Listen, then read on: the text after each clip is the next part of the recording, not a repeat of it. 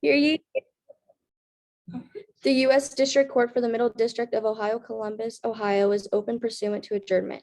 All having business before this honorable court, draw near, give attention, and you shall be heard. Will all witnesses and parties who are to give testimony in these proceedings please step to the front? Please raise your right hand. Do you solemnly swear that the testimony you are about to give is the truth, the whole truth, and nothing but the truth, and your testimony will comply with the rules of the Ohio mock trial competition?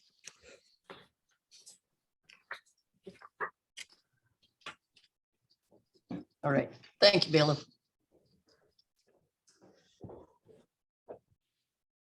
The sponsor of this program has a statement that is to be read before we get started. It says that there's a message to share with the participants. We all have feelings, assumptions, fears, stereotypes.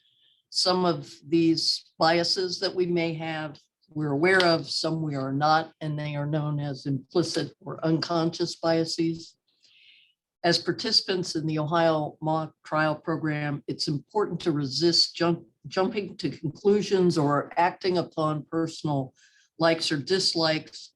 Resist letting bias, prejudice, or public opinion influence your behavior inside or outside of the courtroom. Treat all individuals with respect, regardless of ability, gender, race, religion, ethnicity, sexual orientation, age, national origin, or socioeconomic status. All right. And I think we're ready for opening statements.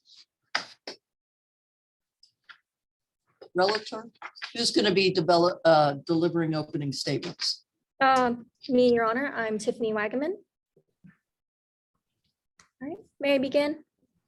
You may. May it please the court. Good morning, Your Honors. We are representing the relator Hollis Fitzpatrick in his case against Frandy Bear, the governor of the state of Buckeye, and Ellis Mazakis, the director of Health and Human Services of the state of Buckeye. This is a case about a family-owned restaurant that was run out of business by the government's overbearing and unconstitutional actions.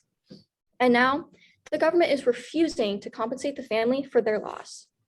The Takings Clause, which is a part of the Fifth Amendment, states that the government does not have the right to invade a person's property and therefore their freedom without just compensation. Mr. Fitzpatrick is here today to seek just compensation for the state of Buckeye's regulatory taking of his property pursuant to the Fifth Amendment of the Constitution. Mr. Fitzpatrick is the owner of Fitzpatrick's Restaurant. It is a local favorite in the city of Harmony. It's an iconic hometown staple that evidence will show has survived for decades through good and bad times. Fitzpatrick has weathered the economic storms, overcoming recessions, and changing markets. Through all of that, Fitzpatrick's has preserved. You will hear Mr. Fitzpatrick testify how his family's legacy and his dream of one day passing the restaurant down to his children came to a screeching halt due to the government's unfair restrictions imposed to COVID-19. On March 15, 2020, the government declared a state of emergency and shut down all the bars and all restaurants in the state of Buckeye. Before that, the evidence will show that Fitzpatrick's was a profitable business. You will hear testimony from Mr. Fitzpatrick and the restaurant's accountant, Phoenix Anderson, that from 2015 to the spring of 2020, Fitzpatrick was continuously making a profit that increased each year. The evidence will show that it was impossible for Fitzpatrick's to operate under the government's severe and extreme restrictions. You will hear Mr. Fitzpatrick and Ms. Anderson testify that the restaurant needed to be serving at least 2/3 capacity during rush hour to make profit. The government restrictions limited the capacity of Fitzpatrick's from having no more than 16 people in the restaurant at any given time. In addition, the evidence will show that most of Fitzpatrick's business came between rush hour from 5 to 8 p.m., but the government's restrictions required Fitzpatrick's to close by 6 p.m. Without being able to seat more than 16 people at once and basically eliminating Fitzpatrick's business during rush hour, the government effectively wiped out Fitzpatrick's ability to operate in one fell swoop. You will hear Mr. Fitzpatrick testify that he did everything he could to stay afloat, but after operating at a significant net loss for 9 months, there was nothing more he could do. The government's restrictions ran his business into the ground and put him out of business. The takings clause prohibits the taking of private property by the government without just compensation. In the US Supreme Court case, Penn Central Transportation Company versus the City of New York, the court recognized that a regulatory taking occurs when a government regulation goes too far, therefore requiring just compensation. In Penn Station, the court set forth three balancing factors to determine whether a regulatory had occurred. One, the economic impact of the regulation. Two, the regulation's interference with reasonable investment-backed expectations. And three, the character of the government action to determine whether the government regulation rose to a level of taking under the takings clause. For these reasons, at the end of this trial, we are going to respectfully request that this honorable court grant Mr. Fitzpatrick petition for a mandamus and find that Mr. Fitzpatrick is entitled to compensation for the regulatory taking of his property by the government. Thank you. Thank you, counsel. Opening statements by respondent. Yes, Your Honor. May I proceed? You may. May it please the court. Today, the relator is labeling the government's actions as overbearing and unfair. However, a search for a scapegoat is the easiest of all expeditions. On April 12th, 2021, Hollis Fitzpatrick, a restaurant owner, found his scapegoat when his already failing business model followed its natural trajectory and went bankrupt. When the public health measures put in place by the state of Buckeye for the protection of its citizens conveniently aligned with Fitzpatrick's decision to close their restaurant, Fitzpatrick decided to jump on this opportunity to scapegoat the government for their failing business model. The effects compounded when Fitzpatrick was unable to make payroll, paying their employees late or from their personal funds. Then in early 2020, COVID-19 forced public safety to be the top priority of the state. Governor DeBeer ordered numerous business deemed as virus hotspots, which included restaurants, to be temporarily closed from March 15th to May 15th, 2020. These restrictions increased the clearance between tables to at least 6 feet, installed physical barriers to prevent close contact, and asked all customers and staff to wear masks. But in lieu of Fitzpatrick's financial struggles, Fitzpatrick decided that these public health measures were not to his personal liking. Fitzpatrick utilized these inopportune times to his advantage when he made the state of Buckeye his scapegoat, and Fitzpatrick is now asking for compensation as a result of regulations and restrictions that they allege resulted in the economic destruction of their poorly managed restaurant by labeling the government's action as a partial regulatory taking. Today, the relator on behalf of Fitzpatrick bears the burden of proof in this case, yet it is clear from the evidence that this case clearly weighs in the favor of the respondent. Firstly, the regulations did not destroy Fitzpatrick's investment bank expectations or financial commitments. Under Concrete Pipe and Products versus Construction Laborers of Southern California, if a property owner operates in a highly regulated industry, the owner cannot base a constitutional taking claim on additional regulations put in place after the purchase of the property. The restaurant industry is such an industry, and therefore the first factor weighs in our favor. Secondly, the state of Buckeye did not single out Fitzpatrick's restaurants with its COVID-19 regulations, because under Penn Central and Dover City versus Acre Farms, the restaurant was not impermissibly singled out, and the regulations served to prevent a harm to public health and safety, respectively. Clearly, both factors weigh in favor of the state. While the respondent bears no burden of proof, the state's witnesses will conclusively show that the relator cannot sustain their burden. The state will first call Dr. Ellis Mazakis, the Buckeye Director of Health and Human Services, and a medical doctor with expertise in infectious diseases, health services, and public health. Through their expertise, they will testify that the reasonable regulations put in place were in the public's best interest and served a harm-preventing purpose. The state will secondly call Aspen Bennett, a former server at Fitzpatrick's when Fitzpatrick's went under. They will testify to Fitzpatrick's unsanitary conditions, their rigid response to the pandemic, and the harm-preventing regulations. In sum, there has been no partial regulatory taking here, only a mismanaged business desperately trying to play the blame game at the government. In fact, Fitzpatrick's already tried and failed to prove that the restrictions were a physical, per se, or total regulatory taking. Now, with only one option left, Fitzpatrick's partial regulatory claim is unsupportable beyond doubt. For the foregoing reasons, the state respectfully requests that the court dismiss Fitzpatrick's claim with prejudice. Thank you, Your Honor. Thank you. And counsel, I know you introduced yourself earlier, but could you reintroduce yourself, please? Yes, Your Honor. My name is Manan Bij. Right, thank you.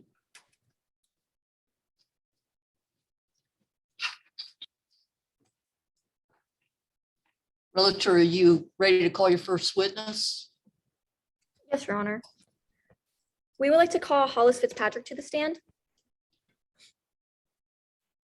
Very well.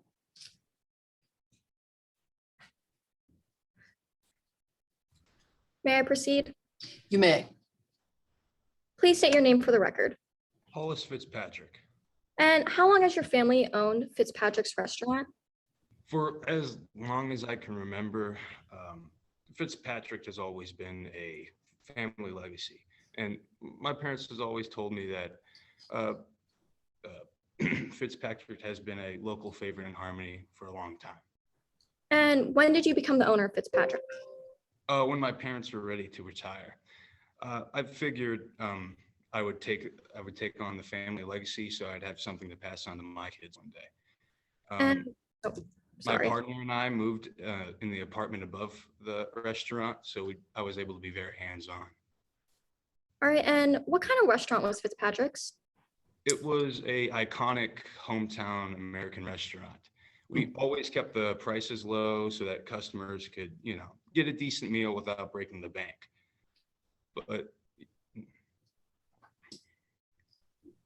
All right, and you also mentioned that you kept prices low. Will you elaborate on some of the financial aspects of Fitzpatrick's? because we kept prices cheap, our profit margins would sometimes be pretty slim. Like, for example, in the 2008 recession, I was convinced that I wouldn't be able to keep the restaurant running, but eventually we went through it. And All right, and then what happened after these financial issues? can you repeat that? What happened after these financial issues? Eventually the economy got better, and our breakfast, lunch, and dinner rushes started to come back, and we were making profit again. Have you made any changes to the restaurant since you took over? You know the old saying, if it isn't broken, then don't fix it. But the restaurant did need some investments, so I decided to replace the interior design, as well as replacing the counter seating and fixing the fixtures in the bathroom.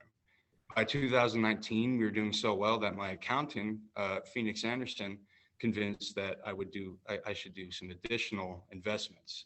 So I took out a small loan and installed pinball machines, a self-serve ice cream bar, and a projector. And did your menu ever change over time?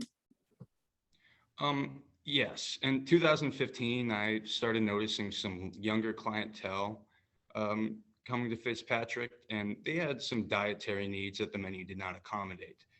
So I decided that I would introduce fresh produce and change the menu up to appeal to the younger audience. Eventually, we started getting a new crowd in Fitzpatrick, and our profit was decent and increased each year. And what happened once the pandemic hit? Almost immediately on May 20th, May 15th, 2020, Governor DeBar shut down all restaurants and bars, and it was a hard hit to the restaurant industry. And the financial situation at Fitzpatrick deteriorated quickly. And did you ever receive financial assistance? I applied for a paycheck protection loan, or PPL, from the Small Business Administration. And did you ever receive this payment? On April 12th, 2020, I received a PPL payment for $125,000, but that was meant to be used to keep employees on the payroll during the pandemic. So I was basically paying my employees to do nothing, and this wasn't very good for the business. And what did you do with this payment then? Eventually I talked to my accountant, Phoenix Anderson, about we were running the numbers, and we figured that no matter what we did, we would be operating at a net loss. So I talked to him about using some of the PPL money to hire a web design business so that we could have a carryout component for the restaurant. But the entire experience was a nightmare. Will you explain why this was a nightmare? The website constantly generated errors. The orders were either wrong or right, but the wrong amount. This forced us to shut down the website, and it wasted a lot of my time. What happened after this then? Can you say that again? What happened after the website issues? Can you rephrase the question? Were you ever able to reopen? Objection, Your Honor. Leading question.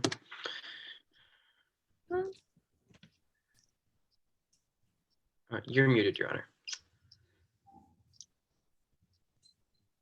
I'm sorry. I'll allow it in this instance, overruled. All right, and were you ever able to reopen? In May 12th, 2020, May 21st, 2020, restaurants were allowed to reopen with restrictions in place. And what were some of these restrictions for the restaurant? All tables had to be at least 6 feet apart. Plexiglass had to be between counter seats and tables. We had to close all in-person dining by 6 p.m. and all customers were required to wear masks. What did you decide to do regarding these restrictions? I immediately took a tape measure and plexiglass and was trying to come up with the best way to fit as much customers into this package as possible. Will you describe the layout of your restaurant? We have a few 4 top tables, 1 2-top table, and 12 counter seats. Usually, if we were to fill all seats, we'd be able to accommodate 34 customers. And did these limitations affect your profitability? Yes. We had to close the 2-top table, one of the 4-person booths, one of the 4 top tables, and additionally all but 4 counter seats. This left us with only having 16 people at the restaurant at one time, meaning that we had to operate at a minimum of 2/3 capacity to make profit. We couldn't even, which means that we'd have to have 23 people, 23 customers to make profit at all time. We couldn't even fit 23 people in the restaurant. And were there anything other than the spacing restrictions? Was there anything else that affected your restaurant? The close time at 6 p.m. Usually our dinner rushes would start at 6:30 and go until 9. But with this restriction in place, we missed the dinner rush. And not only can we not have 2/3 capacity, without the dinner rushes, we were dead in the water. So what did you decide to do?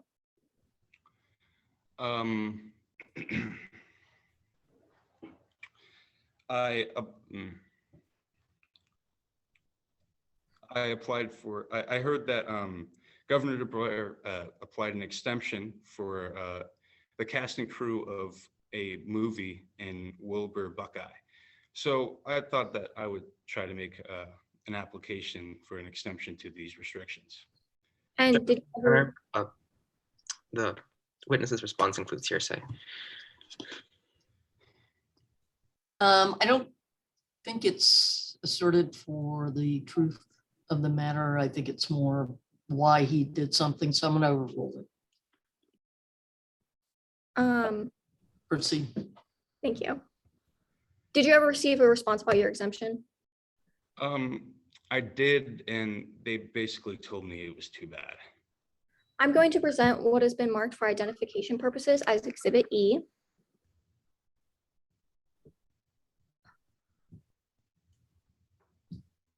Oh, I may be, okay, sorry. Opposing counsel, can you confirm that this is a clear and unmarked copy? No objections, Your Honor. And will you please read this document for us? Your request for a hearing regarding exemptions from the state-mandated COVID-19 safety protocols has been received and subsequently denied. There is currently no policy regarding exemptions. And will you please explain what this is? This is the response to my application to the exemption. All right, and what did you decide to do after you received this letter?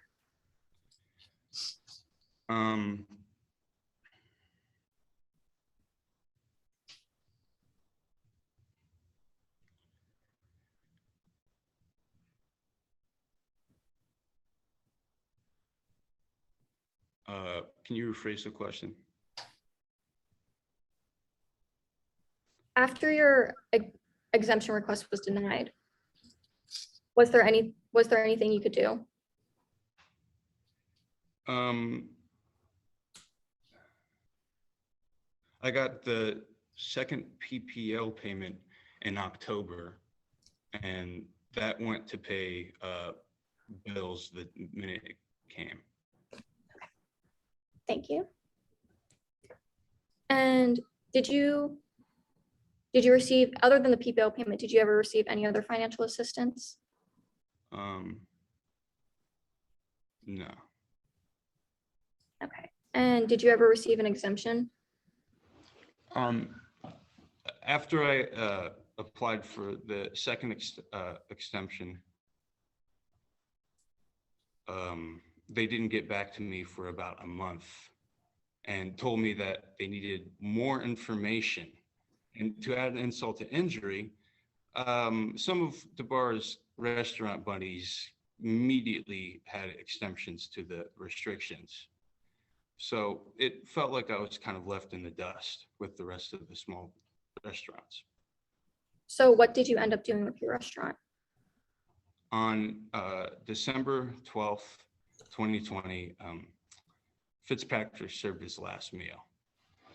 And because of the restrictions Governor DeBar put in place, I lost my family legacy, and that is something I can never get back. All right. Thank you. No further questions. Ross, Yes, Your Honor. May I proceed? you may. I guess it's morning. Good morning, Mr. Fitzpatrick. Good morning. So before the pandemic, your profit margins were already pretty slim, weren't they? Yes, it was just because that's always how it's been for decades. That's how my family ran the business. Our prices were always low. And in 2010, you filed for Chapter 11 bankruptcy. Objection Yes. relevance. I'm sorry, I didn't hear.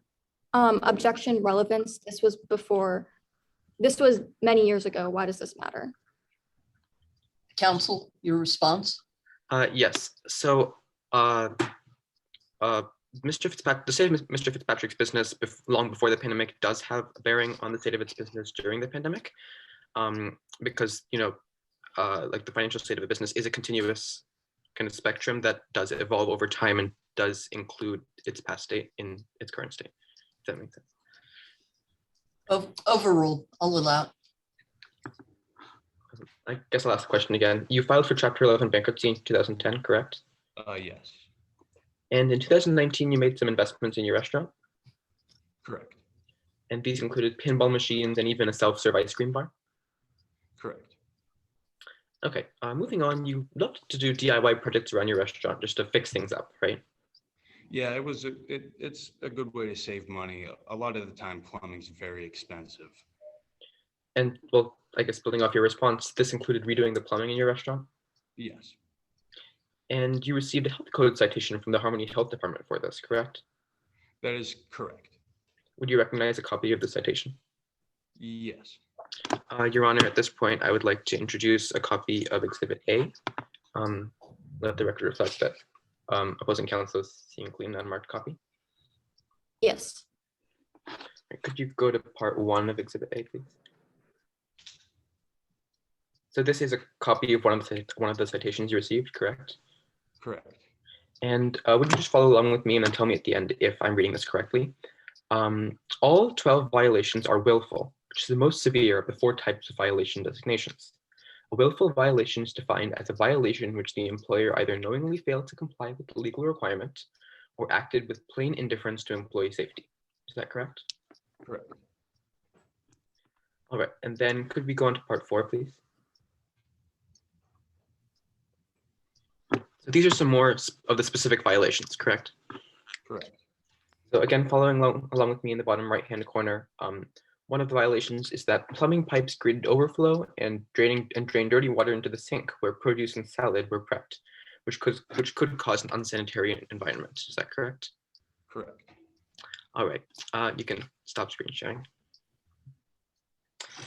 So moving on, when the pandemic came around, you were allowed to open with restrictions, correct? Yes. And did you use the back alley behind your restaurant for outdoor dining? No, there was not enough space. But you knew the space existed and you didn't even try. We were closed in. It wasn't enough space. All right, and you hired a high school student to build a website for your carryout orders? That is correct. And you didn't try to sell through any delivery programs like like Ultra Eats and Door Delivery? The thing is, I was using a PPL payment to pay for that, and I didn't know about those until afterwards. And even then, it was way too expensive. I would have had to change a lot of layout. So your reasoning for not using these 2 services was that that they were too expensive? Yeah, I would have had to change a lot of computer layout, and I would have had to done a lot of things to. Overall, the problem was the cost, correct? Correct. Yeah. And you received 2 PPL payments, each of $125,000, correct? That is correct, but again, that is intended to be used for my employees. You're right. That was my next question. They are intended to be used to keep your employees on payroll on the payroll, but you still laid off a number of your employees, correct? That is correct. And this went against the terms of the loan? Yes. All right, and then you still didn't use this $250,000 to pay for Ultra Eats or door delivery?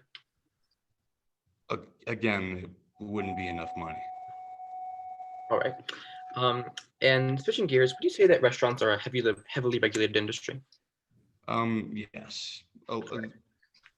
And one final question, would you say you're the kind of boss who likes to stay on top of the details? No. No. No further questions, Your Honor. Right? Any redirect? Yes, Your Honor, thank you. How was your finances before the pandemic?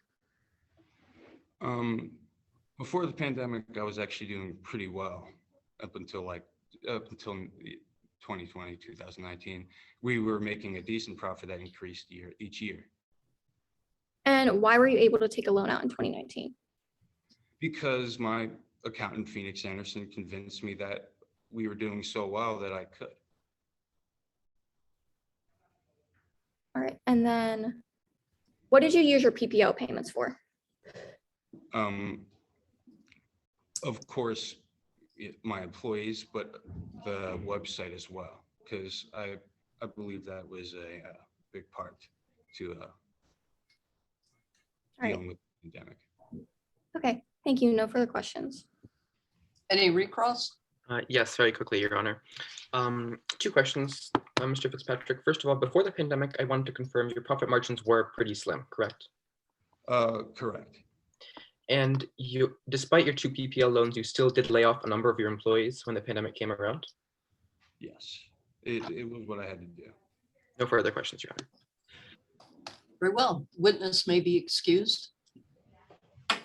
And relator, your next witness. I'm sorry, it has to be a human. No, that's my dog. I just turned off my camera. The relators would like to call Phoenix Anderson to the stand. Me? May I proceed? Me.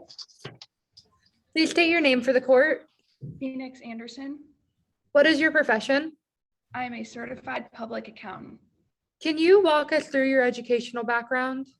Yes, I graduated from Wolverine State University in 2002 with the Bachelor's of Science in Financial Management. I then earned my CPA license in 2007. Can you tell us about your professional employment experience in the financial industry? Yes, I started working out at a hedge fund in New York City called Fountainhead Fund, and then I decided to move back home to Harmony, where I started working at a regional CPA firm called Rand and Associates. Did you get your CPA while working with them? I did. I passed the test in 2007 and got my license a few months later. Where did you work after Rand? After Rand, I started my own financial consulting and accounting firm, and for the past 15 years or so, I've managed the financial services at Fitzpatrick's Restaurant. Your Honors, at this time, we move to qualify Phoenix Anderson as an expert witness. Any response by respondents? Yes, Your Honor. In what expertise, can they clarify the expert, in what field is expertise? On the qualifications of accounting and financial management. Yes, Your Honor, there's an objection. Under Rule 702, Part 2, the witness's testimony must be based on reliable or specialized information. Since they have been working at the restaurant, we believe that they are not qualified to offer reliable information and as an expert. Well, it sounds like that she has firsthand knowledge of their bookkeeping. Are you contesting that? Your Honor, there's a personal connection that the witness has with a member of Fitzpatrick's business industry or business. You can go into that on cross. I'm going to overrule the objection. Thank you, Your Honor. You may proceed. Thank you, Your Honor. How did you meet Mr. Fitzpatrick? Oh gosh. We first met at a Booster Club fundraising event for the Harmony football team. And how did it come to be that you started working for him? Well, we started talking and he had mentioned that he needed somebody to look over the books for his restaurant. He thought it would help to get it back on track. Objection, Your Honor. I was- I move to strike the witness's testimony as hearsay. That's sustained. You rephrase the question so that we don't get into the details of the conversation, please.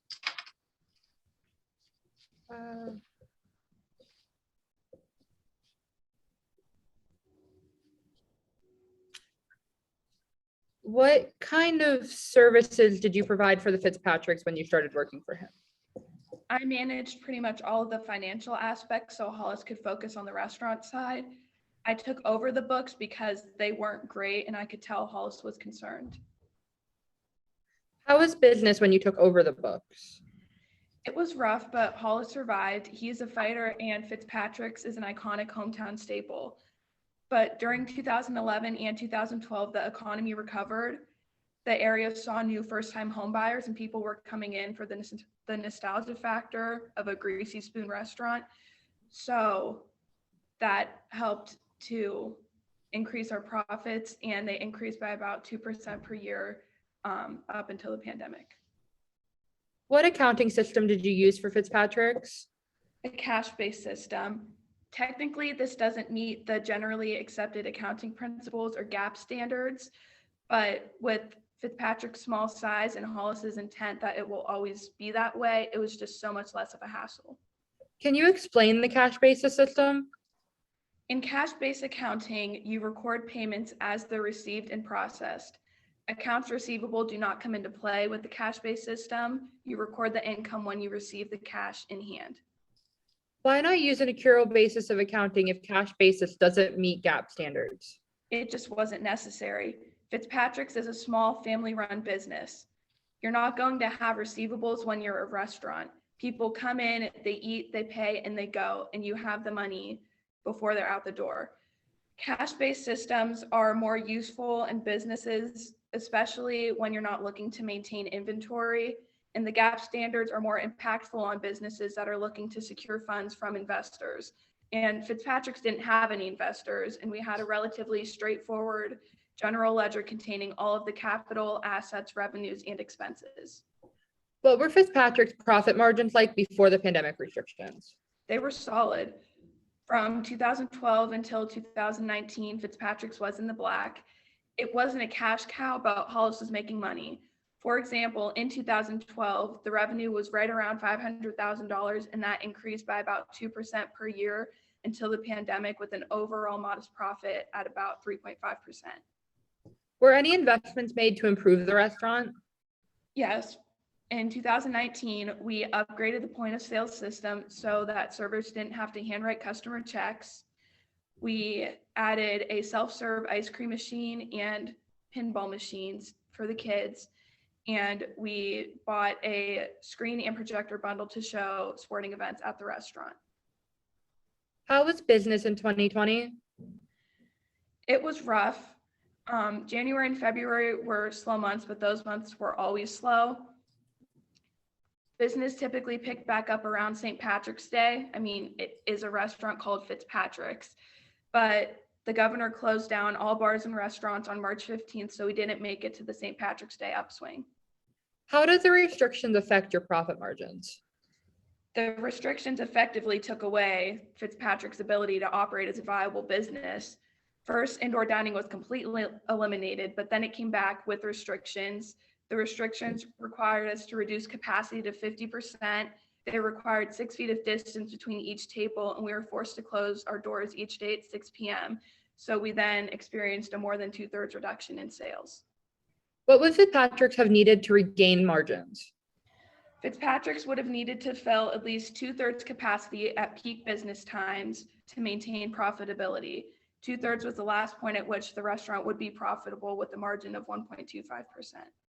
Before the pandemic, when did Fitzpatrick's make most of its daily profit?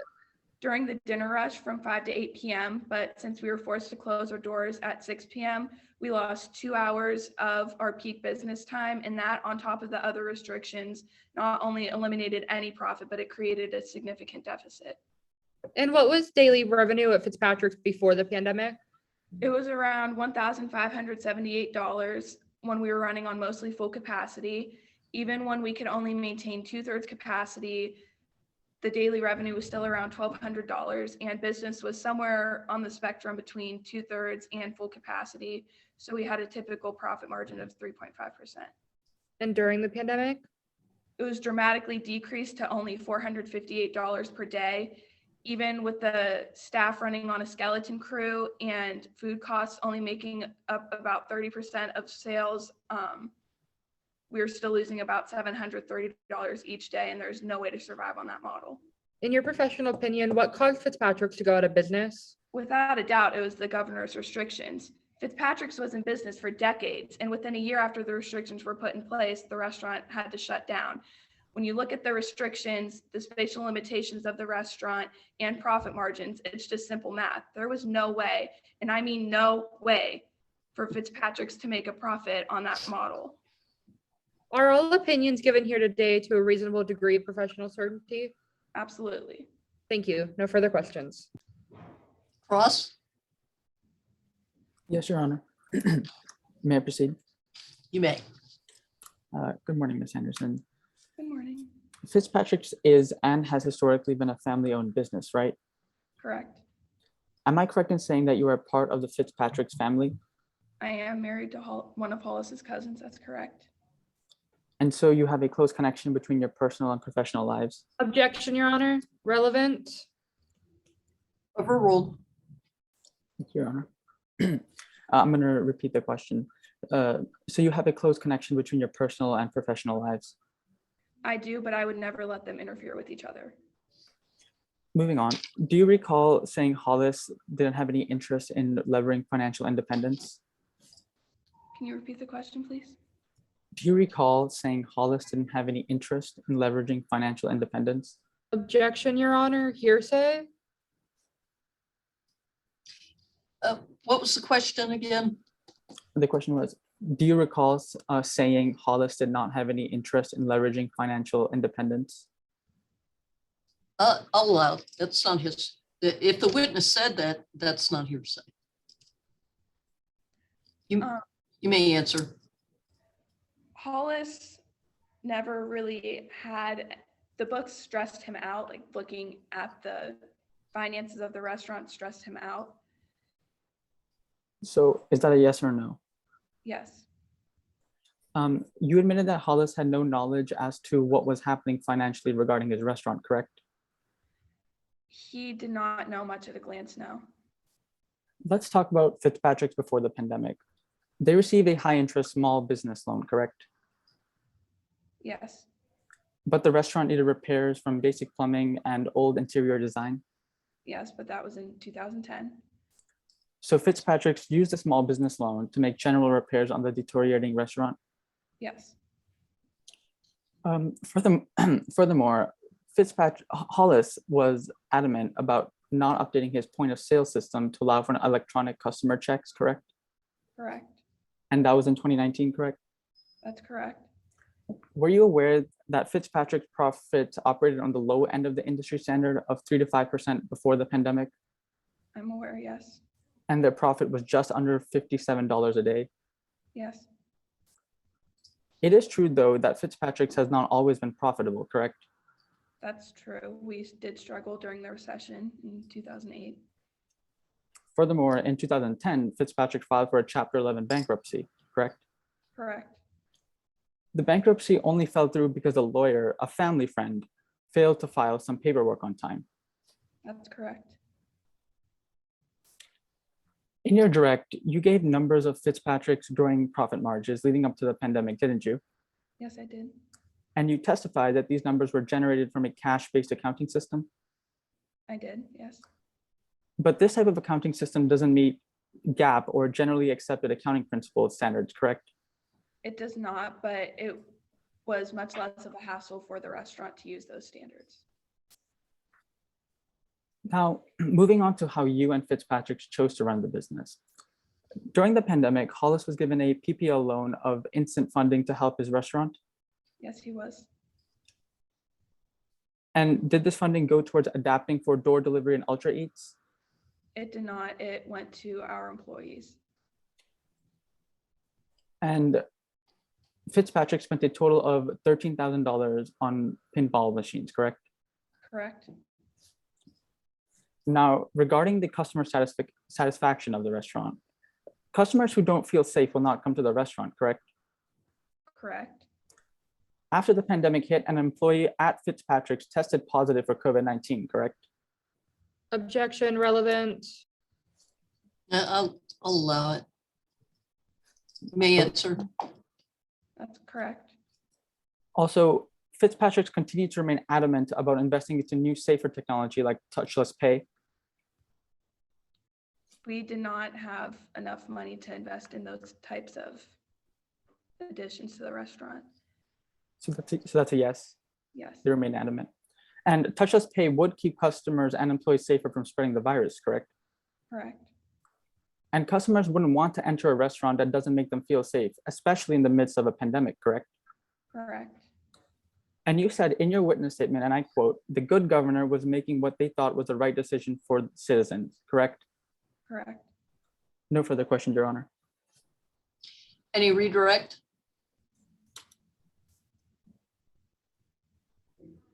Yes, please, Your Honor. How was the Fitzpatrick profit before the pandemic? Fitzpatrick was making a solid profit from 2012 up until the pandemic. Thank you. No further questions. Any recross? Yes, Your Honor. Is it true that on cross you admitted that Fitzpatrick was not always making a profit? Correct, but that was before 2012. No further questions, Your Honor. The witness is excused. Thank you, Your Honor.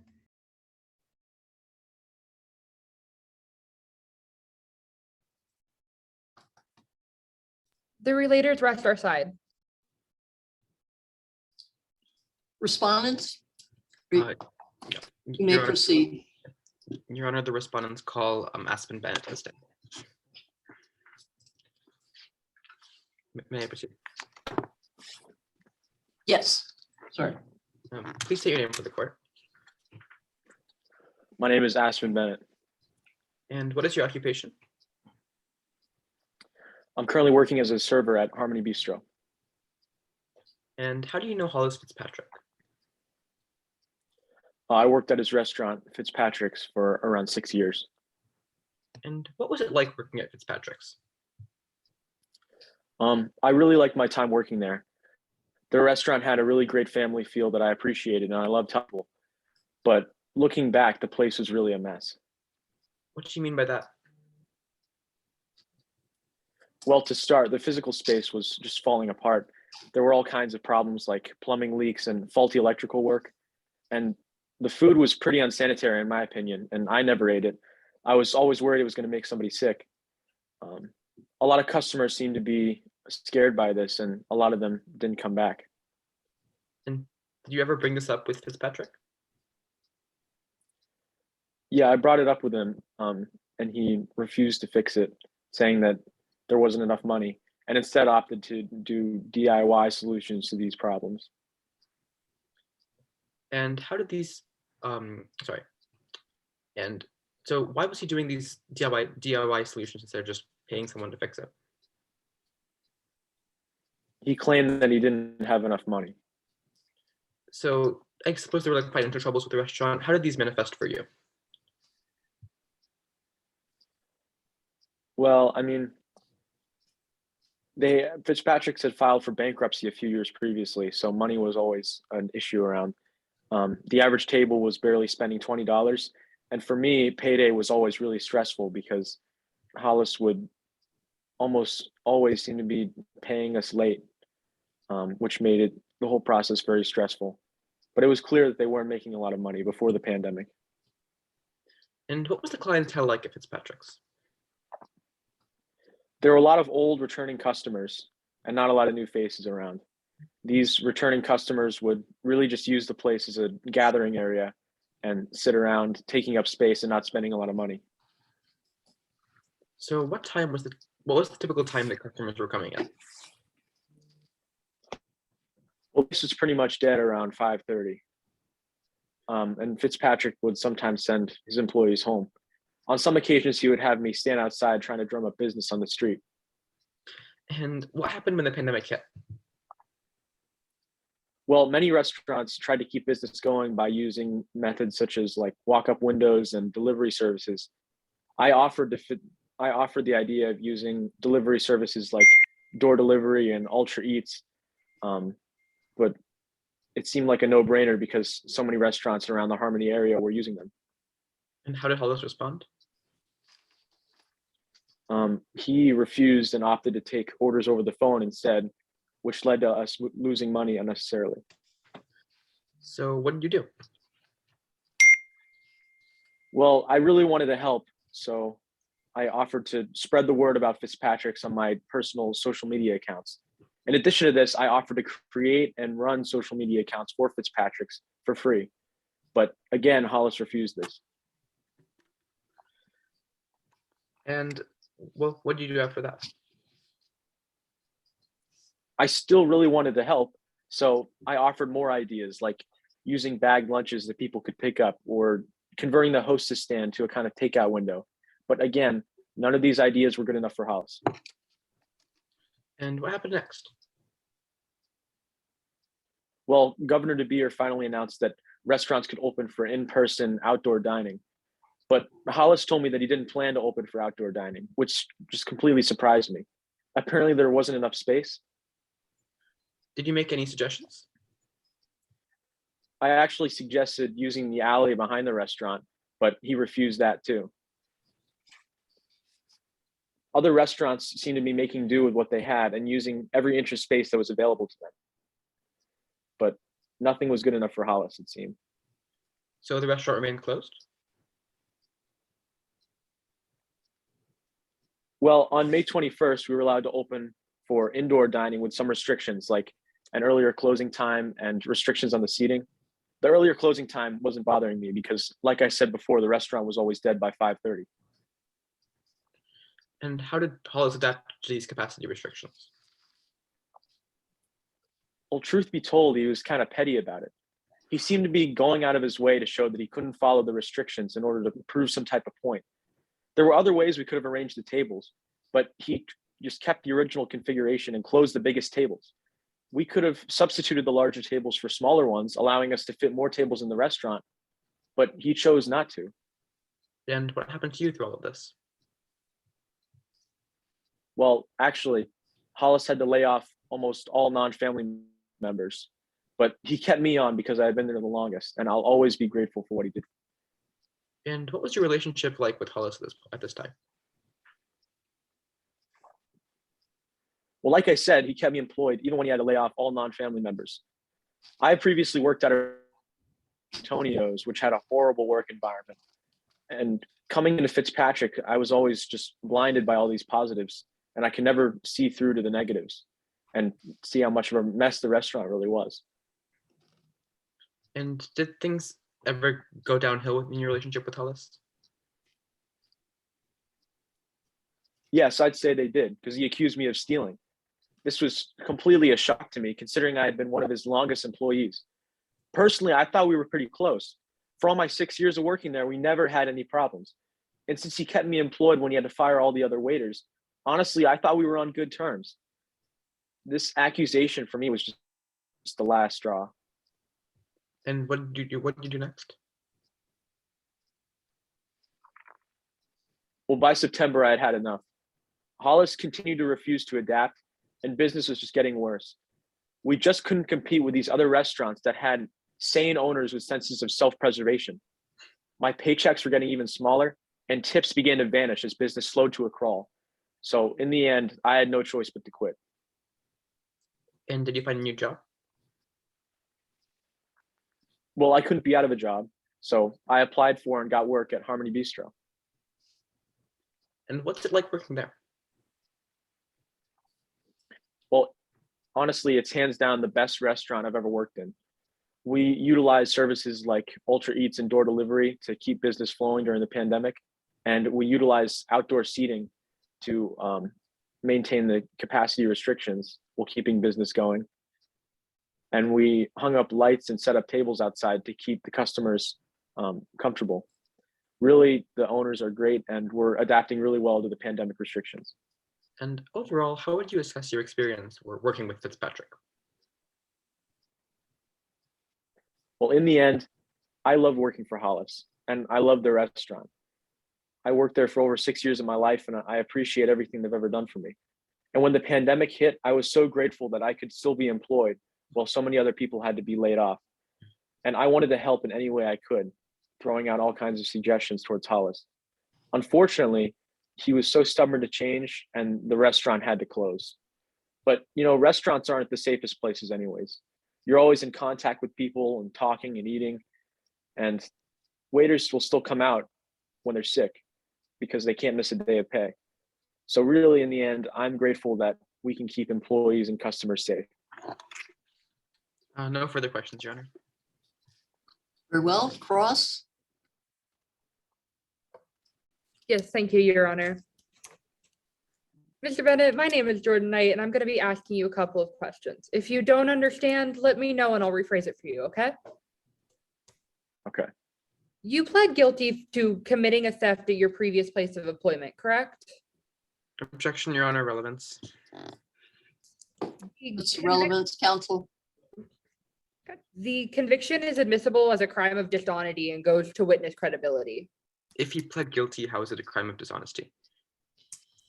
Well, counsel, Ms. Jordan's correct. That does qualify under the rules. I'll allow it. Proceed. Thank you, Your Honor. You pled guilty to committing a theft at your previous place of employment, correct? Yes, at Antonio's, the owners were so inept that they didn't keep track of any of their money. And by either some effort by them to discredit me or a huge misunderstanding, they charged me for stealing when it was completely false. And my family couldn't afford a real attorney, and my public defender advised me to take a plea deal. I just needed to get out of it and do my community service hours because I couldn't handle this on my record being that young. So I opted to plead guilty, even though it was a completely haphazard charge. That was not true. So yes, I did plead guilty, if that's what you're asking. Do you normally admit to doing things you didn't do? Can you restate that question? So you just pled guilty to a crime you didn't commit instead Objection, of Your fighting. Honor. Asked and answered. Yes. He answered it. Let's just move on. You're not an accountant or a financial consultant, correct? Correct. And you don't have any expertise in preparing profitability analysis of restaurants, correct? Correct. But I've had about 9 years of experience working in restaurants so far. So I've experienced and observed a lot. But you've never owned or managed a restaurant, correct? Correct. And your sole experience in the restaurant industry is working as a waiter, is that right? That's right. But what I've seen there is worth a lot in the 9 years that I've been doing it. Were you fired from Fitzpatrick's for stealing? No, I quit because of the conditions I was experiencing under the pandemic and Hollis's refusal to adapt to the changes and save the restaurant. So I had to quit. But you believe Hollis told people around town that he fired you for stealing, correct? Hollis had a knowledge of my past record at Antonio's and he tried to use it against me. Luckily, I was able to get work at the Harmony Bistro. Is that a yes or no to my answer? Or my question, sorry. That's a yes. And that made you angry at Hollis, didn't it? It made me frustrated, but in the end, I harbor no, in the end, my experience with Hollis, the goods outweighed the bads. I worked there for 6 years of my life. I wouldn't have worked there for 6 years if I didn't appreciate Hollis's work for me and have a respect for him as a person. But it would still be fair to say that you and Hollis parted on bad terms. I don't think it would be fair to say that. Thank you. No further questions. Any redirect? No, Your Honor. Witness may be excused.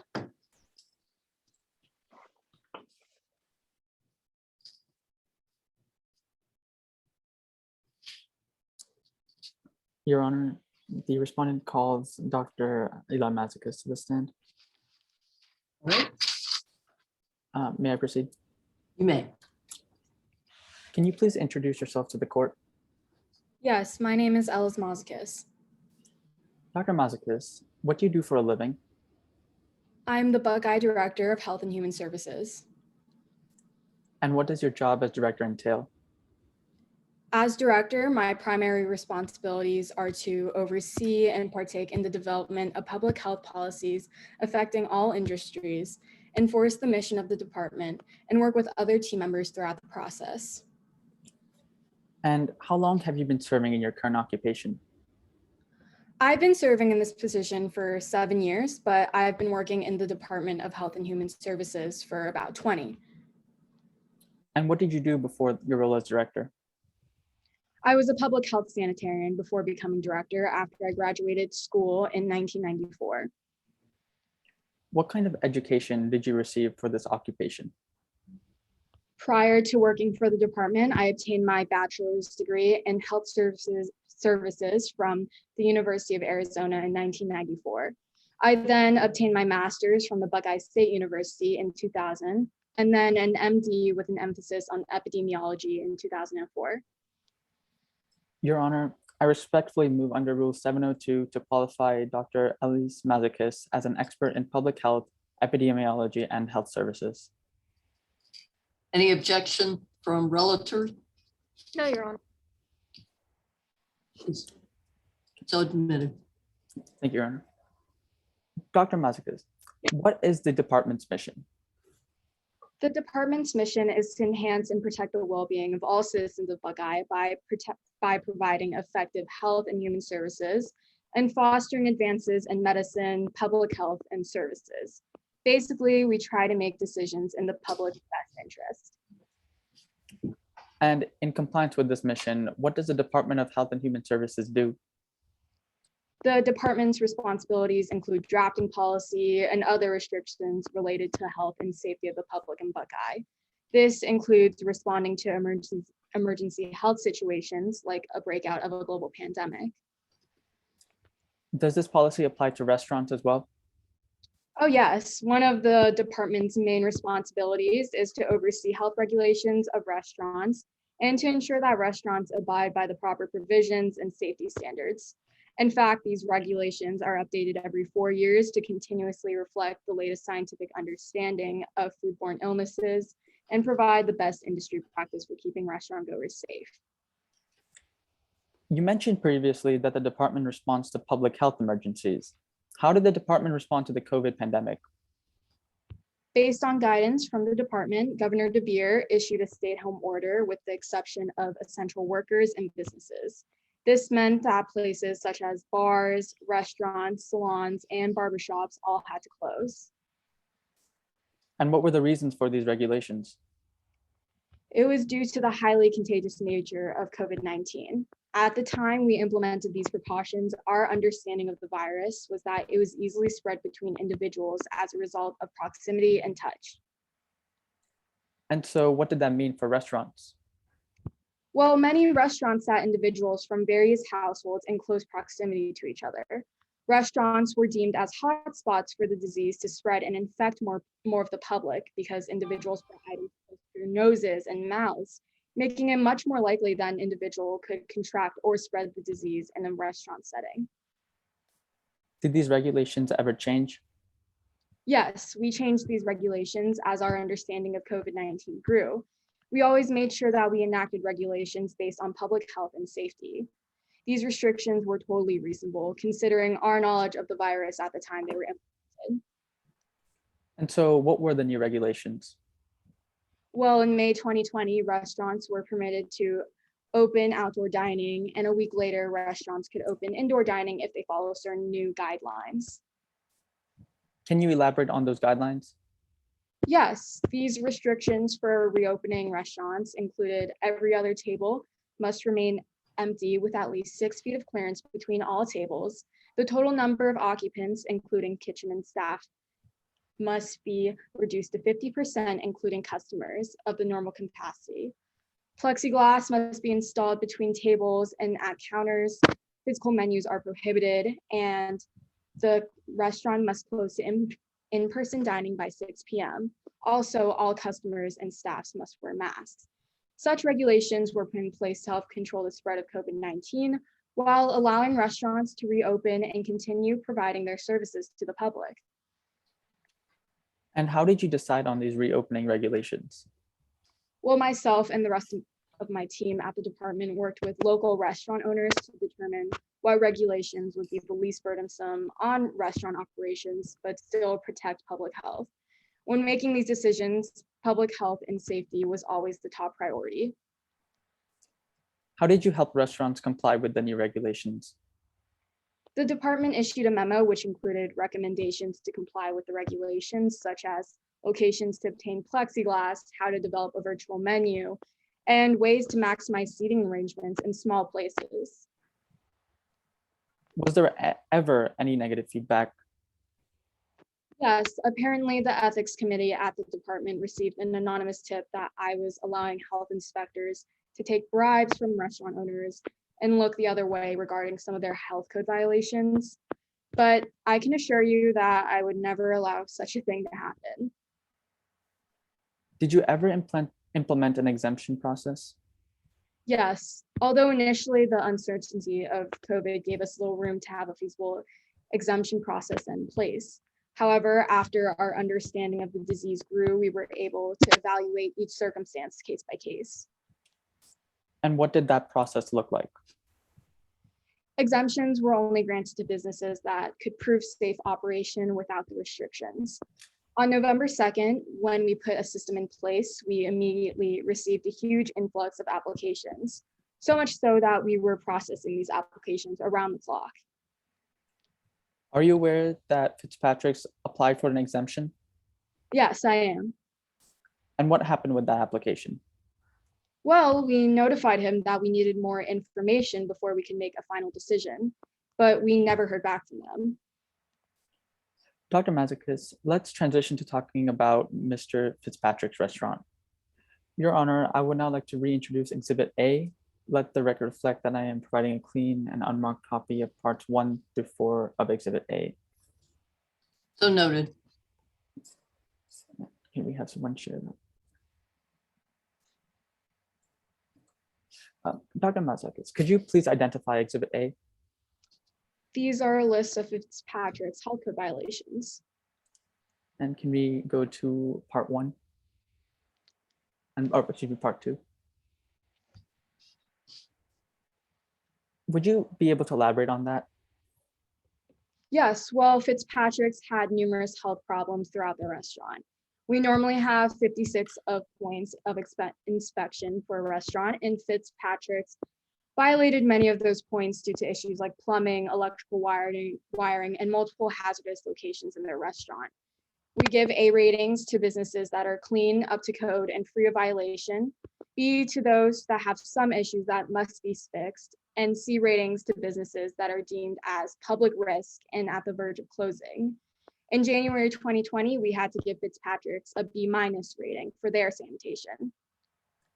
Thank you. Let's move on from the exhibit now. Dr. Mazakis, let's take a moment to step back and summarize what we talked about today. In your expert opinion, do you think that the regulations were out of the norm in terms of responding to epidemiological events? No, not at all. At the time, in fact, due to the highly unknown nature of the virus, we did not want to take a dice roll on the effects of this virus. And in your expert opinion, do you think that these regulations were necessary? Yes, in fact, with my experience in epidemiology, without these restrictions, the pathogen as virulent as COVID-19 may have taken an even greater toll on people's lives and livelihoods. No further questions, Your Honor. Ross? Yes, Your Honor, thank you. Hello, Ms. Mazakis. My name is Tiffany Wagman. I will be asking you a couple of questions today. If you need me to repeat or rephrase a question, just let me know, okay? Sounds good. So in the spring of 2020, the governor forced restaurants to shut down for approximately 2 months in response to the pandemic, yes? Yes, that is true. All right, and you did agree that eventually that these restrictions were harsh towards restaurants, yes? Yes, however, in my expert opinion, they were reasonable as we as a department's number one priority is always to prioritize the safety of the public and their health. And these restrictions would prevent the spread of COVID to all Buckeye citizens. And once our understanding of the virus grew, we then strategized new guidelines that maintain public safety while allowing Buckeye businesses to safely reopen to the public. But eventually the restriction, you guys realized it was unnecessary. Yes, yes. And so, like you said, the state eventually allowed restaurants to reopen, subject to certain restrictions. I'm sorry, could you restate that? The state allowed restaurants to reopen with restrictions, yes. Oh, yes, that's correct. And you worked with local restaurants to learn what would work with them for them, yes. That is true, yes. And was Fitzpatrick's included in this?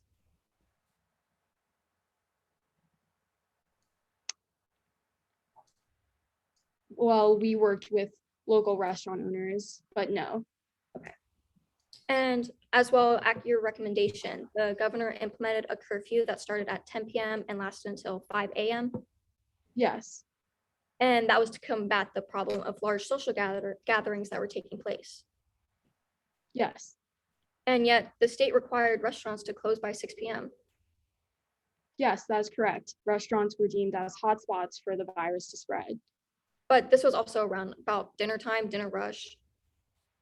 Yes, And have you yourself ever been to Fitzpatrick's? personally, no, I have not. So you have no personal knowledge about the physical condition of the Fitzpatrick's restaurant? Yes, that's true.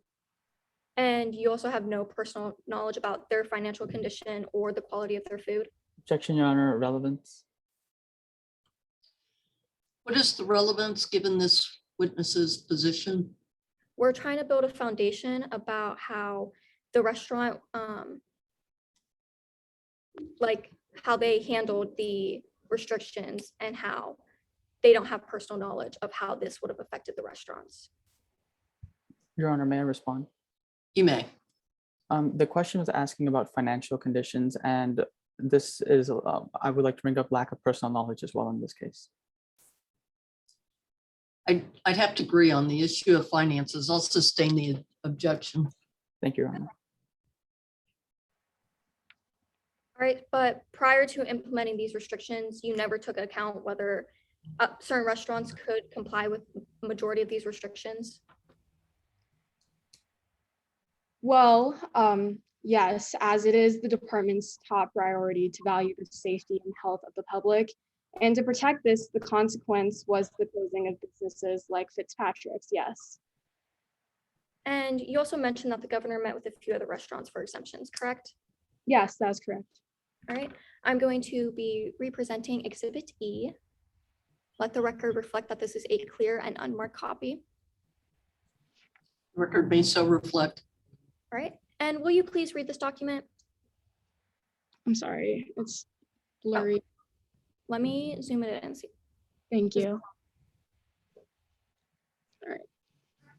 Your request for a hearing regarding exemptions from the state mandated COVID-19 safety protocols has been received and subsequently denied. There is currently no policy regarding exemptions. And this is the rejection letter about the same previously mentioned exemption, yes? Yes, that's correct. And this was also submitted by Fitzpatrick, Yes, that's true. but the exemptions were offered at the time when other restaurants were already requesting them.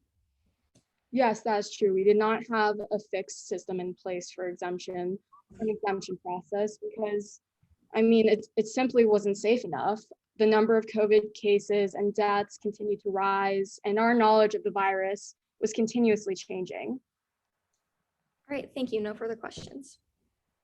Any redirect? No, Your Honor. Right. Witnesses excused. You may call your next witness. Your Honor, the respondent has no further witnesses. We rest. Right. Any motions before we go to closing argument? No, Your Honor. No, Your Honor. Right. Relator, are you prepared for your closing argument? Yes, Your Honor. You may proceed. Thank you.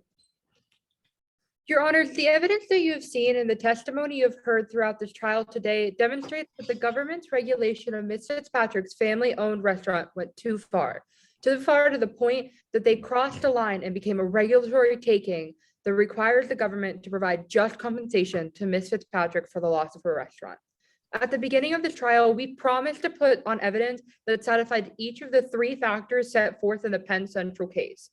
As to the first factor, the evidence showed that the government effected a regulatory taking of Fitzpatrick's family restaurant through its regulations that caused substantial and irrevocable economic harm. When analyzing the economic impact of a regulation under the Penn Central case, taking occurred under Penn Central, courts have adopted the lost net income approach, which compares the lost net income due to the restriction with the total net income without the restriction over the entire useful life of the property. Here, the evidence demonstrated that in the fiscal year 2012, Fitzpatrick's revenue was approximately $500K. Fitzpatrick's revenue increased by about 2% every year up until 2020, and Fitzpatrick's overall profit was about 3.5% of sales. You also heard testimony that during the second quarter of 2020, when the regulations were put into place, Fitzpatrick experienced an approximately 2/3 reduction in sales. Fitzpatrick's operated at a loss the remainder of 2020 until the restaurant went out of business. While Fitzpatrick's experienced financial hardships in the past, Fitzpatrick's remained open through the Great Recession of 2008 and through changing markets and customer demands. Despite this, what was once a viable restaurant found itself having to close its doors due to government restrictions in 2020. Therefore, if restrictions had a severe economic impact on Fitzpatrick's income, it ultimately led to a regulatory taking by the government. For the second Penn Central factor, the government's regulatory taking becomes even more clear when it is viewed through the lens of Fitzpatrick's investment-backed expectations. In this case, there is no question that the investment-backed expectations have been devastated and completely destroyed by the oppressive regulations imposed upon Fitzpatrick's. The evidence here today shows that Ms. Fitzpatrick invested in her restaurant to upgrade their menu, renovate the interior of the restaurant, make repairs, and upgrade their bathrooms. The evidence also showed that Ms. Fitzpatrick upgraded their point of sale system and added new restaurant attractions, including pinball machines and a self-serve ice cream bar. These investments were significantly undermined by the government regulations, resulting in a taking that requires just compensation under the Fifth Amendment. The last Penn Central factor regarding the character of the government or regulation examines the actual burden imposed on property rights, or how that burden is allocated. Here, the evidence presented at the trial showed that the government impermissibly singled out restaurants in general, and more specifically, discriminated against family-owned restaurants. Fitzpatrick's accountant, Phoenix Anderson, specifically testified that the restrictions took away the business's ability to function as a result of the restaurant bearing the burden of these restrictions, and was the direct cause of Fitzpatrick's going out of business. You heard Ms. Fitzpatrick testify that there was no availability for outdoor seating or for parking that will allow for easy takeouts like franchise or chain restaurants, resulting in a disproportionate effect from the arising regulations.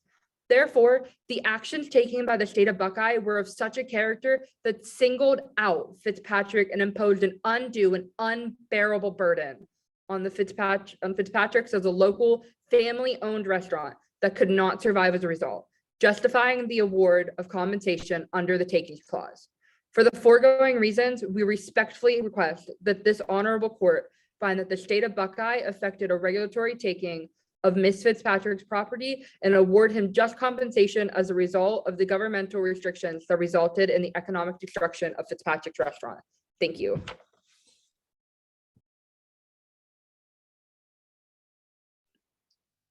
You're muted, Your Honor. Respondent, are you prepared to close? Yes. You may proceed. May it please the court. Today, the relator is asking this court to issue a writ of mandamus to compel the government to initiate eminent domain proceedings against Fitzpatrick's. First of all, I wanted to clear up that this court has already dismissed the respondent's claim of a total regulatory taking having taken place, and that we're only today debating the claim of a partial regulatory taking. Penn Central outlines 3 factors that courts must consider when evaluating a partial taking. First, the economic impact of the regulation on the claimant.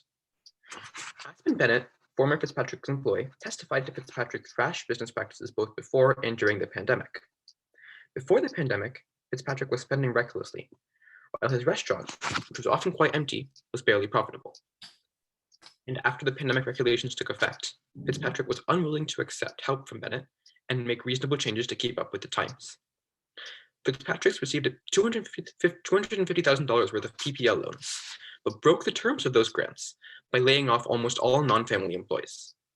This money seems to have just disappeared because they also didn't use this money to adapt their business to the pandemic.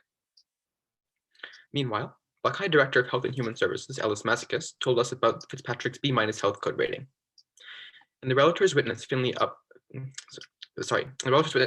witness Phoenix Anderson, told us that the governor made the right decision at the right time with the pandemic regulations.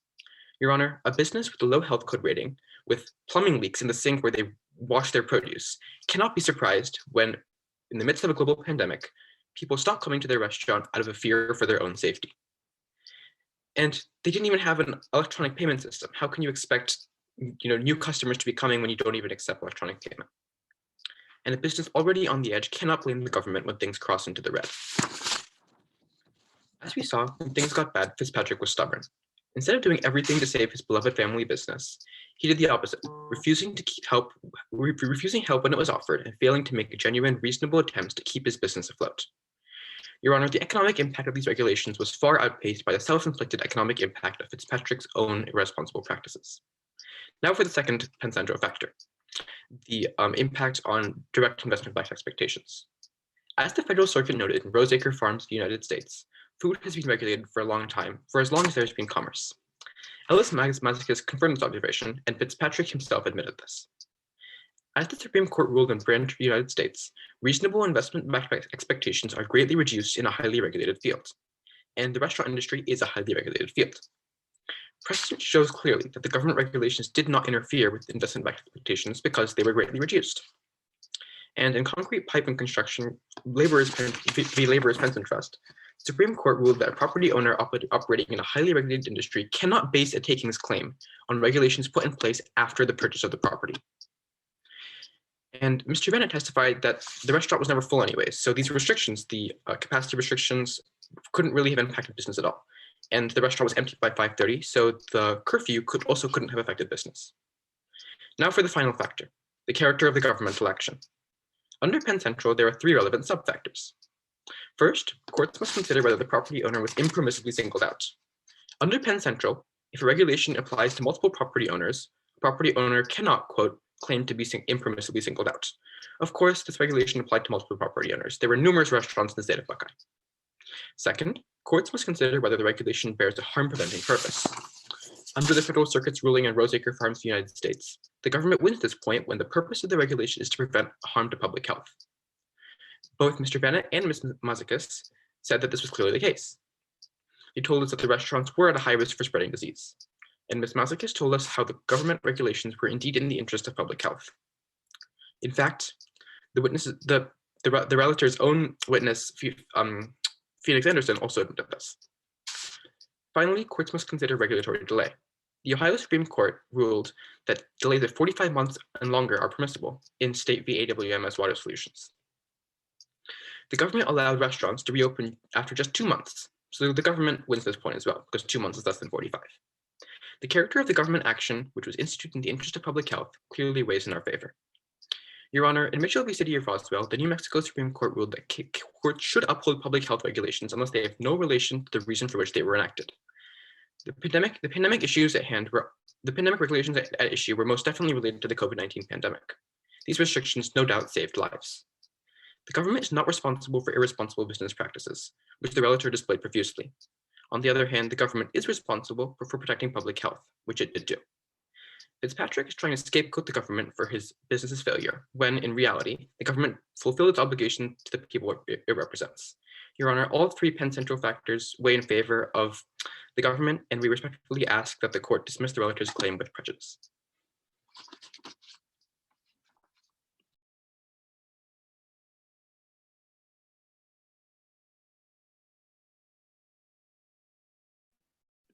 You're muted again, Your Honor.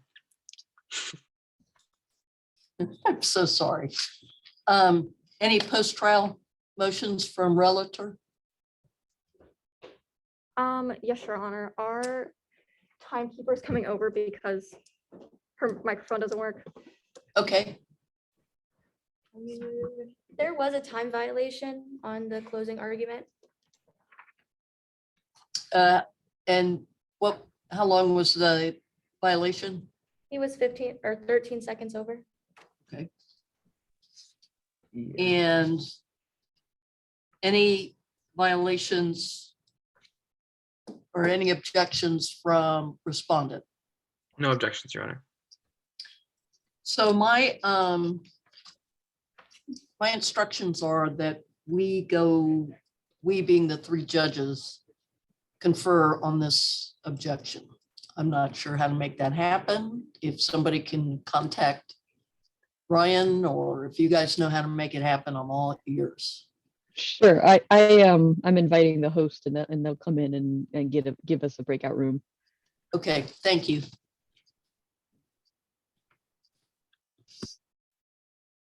Hi, I had a request for help.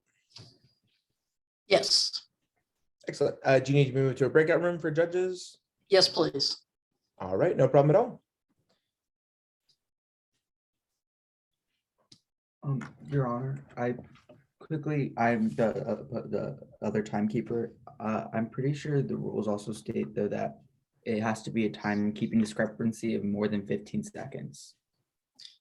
Okay, that will make for a quick conference, I think.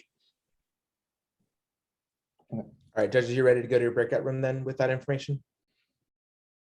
What do you think, judges? Should we confer, or does Yes, the, I think we should confer. Okay, All no right. problem. I'll move you in. thank you.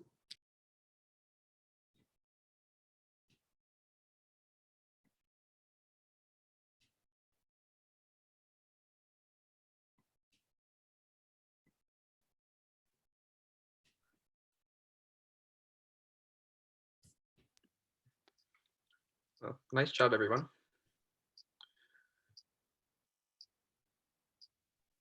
Good job to you guys too. Nice job.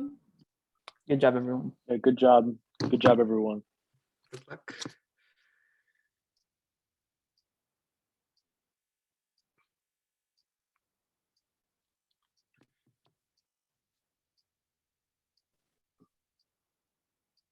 This was a really interesting case because I think there were probably a lot of these cases at the start of the pandemic, but they all, I think, got thrown out because they're pandemic regulations. But when you get into the case law like we did here, it's a lot less clear.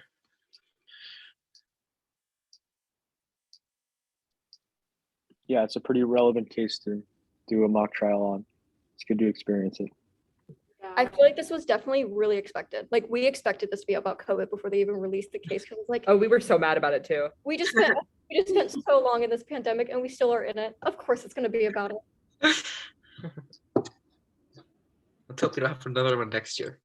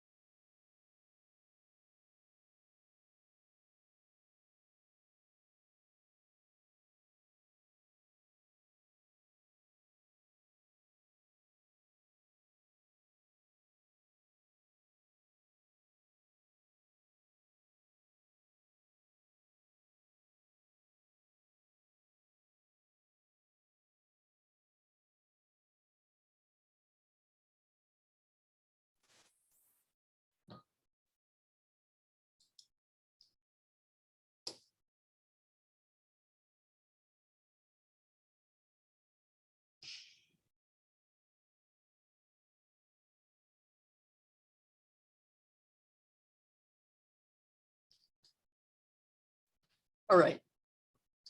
I think we have everybody back.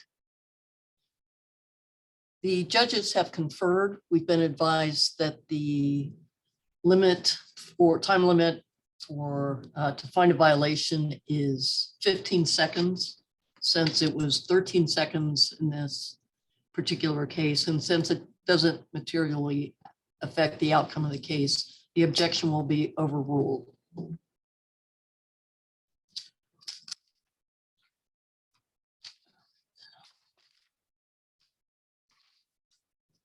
So it looks like it's time for feedback.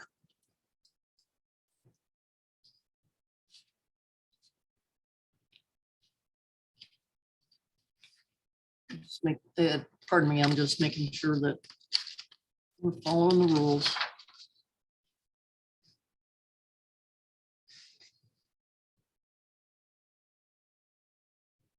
All right. Ms. Judge Hannah, would you like to go first? Sure. Both teams, I think you did a really great job of setting up your arguments with your opening statements, and also defining the points that you were going to be making with your witnesses. Same thing in the closing arguments as well. I would recommend that the respondent team slow down a little bit in their opening and closing arguments, recognizing that they're, maybe take out a little bit of the information so that you have time to slow down to clarify your argument there. I think the witnesses all did a really nice job of answering the questions and knowing the information. The first witness, I read my handwriting here, Hollis, you did have a few ums. Certainly that's totally fine. We all do that, but I would recommend that you just be aware of that and try and minimize the amount of space fillers that are when you're speaking. I think both teams did a really nice job with raising objections, and if they were sustained, doing really well on the fly of reframing or asking a different question. It's really hard to think on the fly and maintain your composure. And I think everybody did a really nice job with that. I also think everybody did a really nice job of raising their objections in a very non-confrontational and professional manner. So kudos.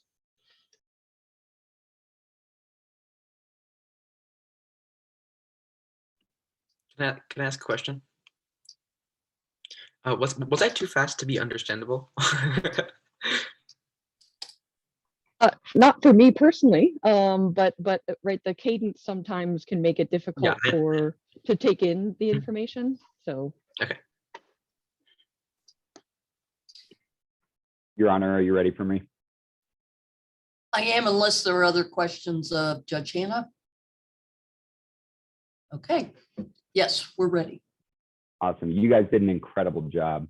I mean, I did trial practice in law school, and this does not look much different than that did. So you guys really did a great job. And it's clear that you had a full understanding of the case. Also, the handling of a Zoom trial is not an easy one. And you guys did that flawlessly, honestly. I see way worse on a daily basis.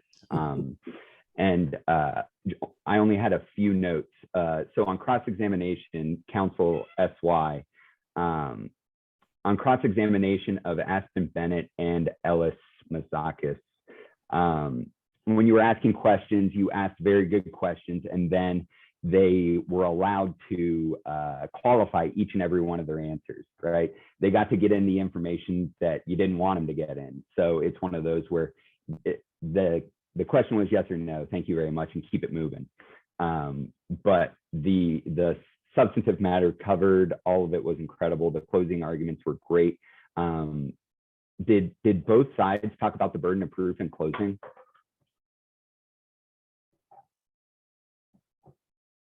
That's, I don't know. I was just wondering if I missed it or not, but that is something absolutely that you would want to cover, especially the state. You know, you don't have the burden here, but other than that, you guys did an incredible job. And there's really, you know, in all fairness, I am an administrative law attorney, so there is no rules of evidence. So it's the Wild West where I operate. But so I'm very glad Ms. Hare was in charge here, and you guys did an excellent job raising objections and staying in the trial the entire time and focusing on each and every aspect and each and every witness. So well done to all of you. All right. I'm going to sound like I'm echoing what my co-judges said. I teach at a trial school for public defenders, and really, you guys did a great job. You really did. You were well prepared. You rolled through what you needed to roll through. You responded well to objections. I was really impressed. It takes a long time to learn how to cross witnesses, and you have to expect that they're going to try and run on you. So as Brad was just saying, you know, that's something that if you can try in this setting to shut them down just by saying yes or no, or they call it paper training at school, just boom, do it again and again and again until they learn that they need to give you a yes or no answer. I would agree that sometimes if you're reading your arguments, you pick up the pace and it gets a little hurried. So if you can figure out a way to slow that down. But I'm not kidding. I am truly impressed with how y'all did. It was great. The only major criticism I would have is for Hollis, the witness. Dude, make stuff up if you have to. I mean, you know what the deal is. But that's probably against the rules, and I'm probably going to get fired as presiding judge. But I just, you know, when you get asked a question is setting up the theory of your case, just try and roll with it. I know you don't. And again, I will defer to your the folks that are working with you. If that's a rule violation, then obviously don't do it. But you recovered, and so all is well. That's all I have. Do you, any of you have any questions for any of us?